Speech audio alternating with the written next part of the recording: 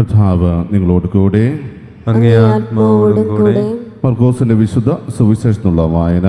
കർത്താവേ, അങ്ങേക്ക് മഹത്വം. അക്കാലത്ത് യേശു ശിഷ്യന്മാരോട് കൂടെ കടൽ തീരത്തേക്ക് പോയി. ഗലീലയിൽ നിന്ന് ഒരു വലിയ ജനക്കൂട്ടം അവനെ അനുഗമിച്ചു.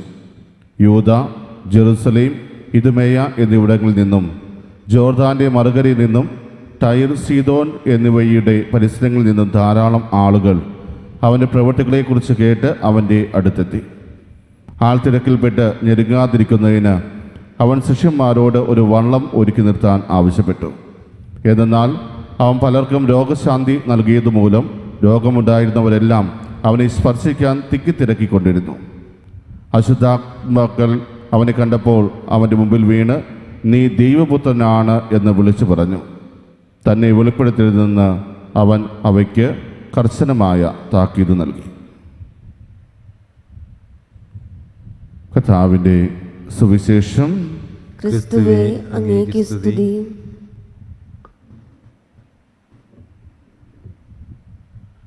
വിശുദ്ധിയാണ് ഇത്രയും സ്നേഹമുള്ളവരെ, ഇന്ന് തിരുസഭാ മാതാവ് നമ്മുടെ വിചിന്തനത്തിനായിട്ട് നമുക്ക് നൽകിയിരിക്കുന്ന വചനഭാഗം മർക്കോസിൻ്റെ സുവിശേഷം 3-ാം അധ്യായം 7 മുതൽ 12 വരെയുള്ള തിരുവചനങ്ങളാണ്.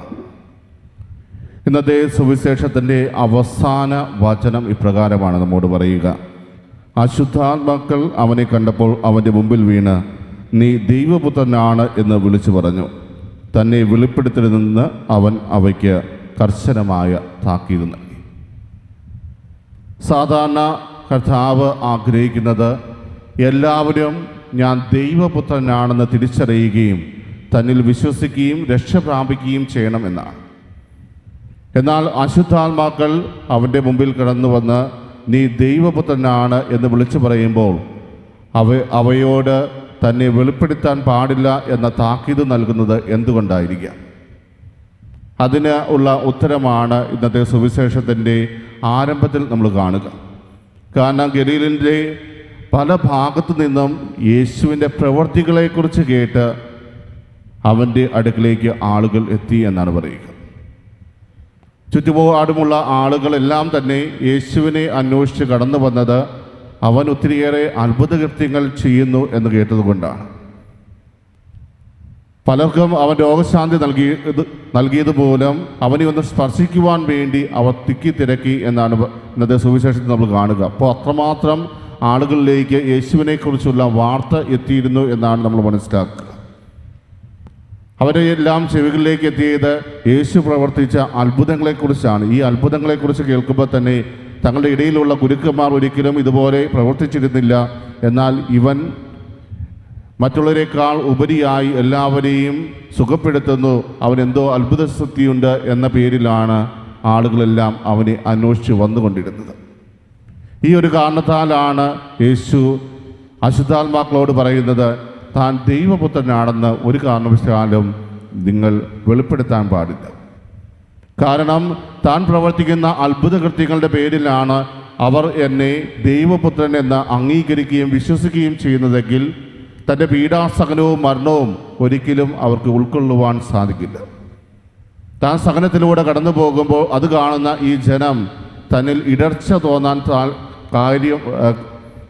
സാധ്യതയുണ്ട് എന്ന് തിരിച്ചറിഞ്ഞതുകൊണ്ടാണ് കർത്താവ് ഇവിടെ ഈ അശുദ്ധാത്മാക്കളോട് പറയുക, അവരൊരിക്കലും ഈ ഒരു അവസ്ഥയിൽ തന്നെ ദൈവപുത്രൻ എന്ന് അംഗീകരിക്കാൻ പാടില്ല. ഒന്ന് ആലോചിച്ച് നോക്കുക, യേശുവിനെ സമീപിച്ച ഈ ജനങ്ങളെല്ലാം തന്നെ അവൻ ദൈവപുത്രനാണ് എന്ന് അവനിൽ വിശ്വസിക്കുന്നുണ്ടെങ്കിൽ എന്തുകൊണ്ടായിരിക്കാം? കാരണം അവൻ്റെ ജീവിതത്തിൽ അവൻ പ്രവർത്തിക്കുന്ന ഒത്തിരിയേറെ അത്ഭുതങ്ങൾ അവർ കണ്ടതുകൊണ്ടാണ്.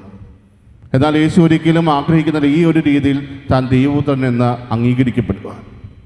അതേസമയം പീലാത്തോസിൻ്റെ മുമ്പിൽ നിൽക്കുന്ന വേളയിൽ യേശു തന്നെ പറയുന്നുണ്ട് താൻ ദൈവപുത്രനാണെന്ന്.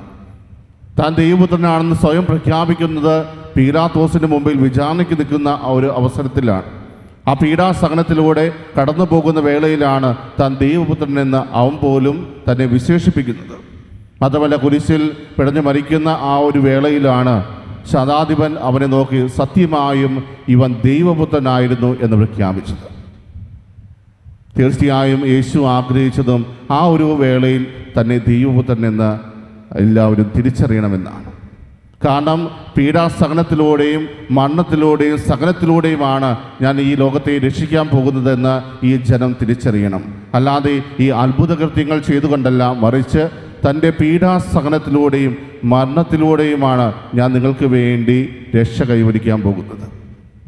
നിങ്ങൾക്ക് നഷ്ടമായ നിത്യജീവൻ അവകാശമാക്കുവാൻ ഞാൻ ഈ പീഡാസഹനത്തിലൂടെ കടന്നു പോകേണ്ടിയിരിക്കുന്നു. ഈ പീഡാസഹനങ്ങളാണ് എന്നെ ദൈവപുത്രൻ എന്ന രീതിയിൽ അംഗീകരിക്കുവാൻ നിങ്ങൾക്ക് പ്രേരണയാകേണ്ടത്.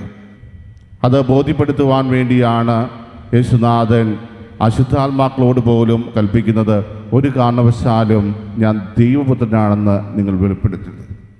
പ്രിയമുള്ളവരെ, നമ്മളും ക്രിസ്തുവിനെ സമീപിക്കുന്നത് എന്തിൻ്റെ പേരിലാണ്?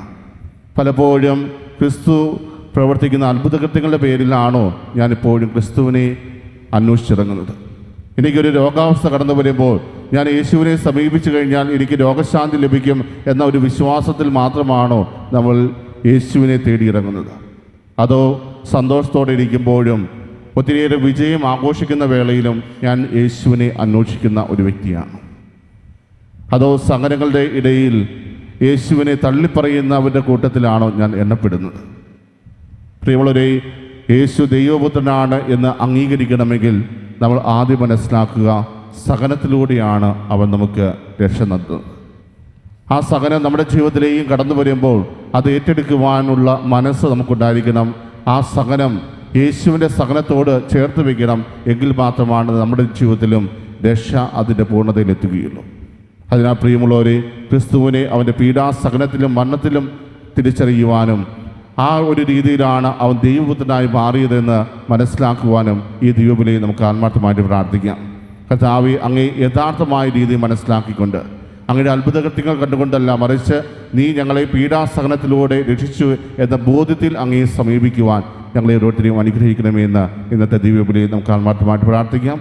സർവശക്തനായ ദൈവം നമ്മെ ഓരോരുത്തരെയും സമൃദ്ധമായിട്ട് അനുഗ്രഹിക്കട്ടെ. ആമേൻ.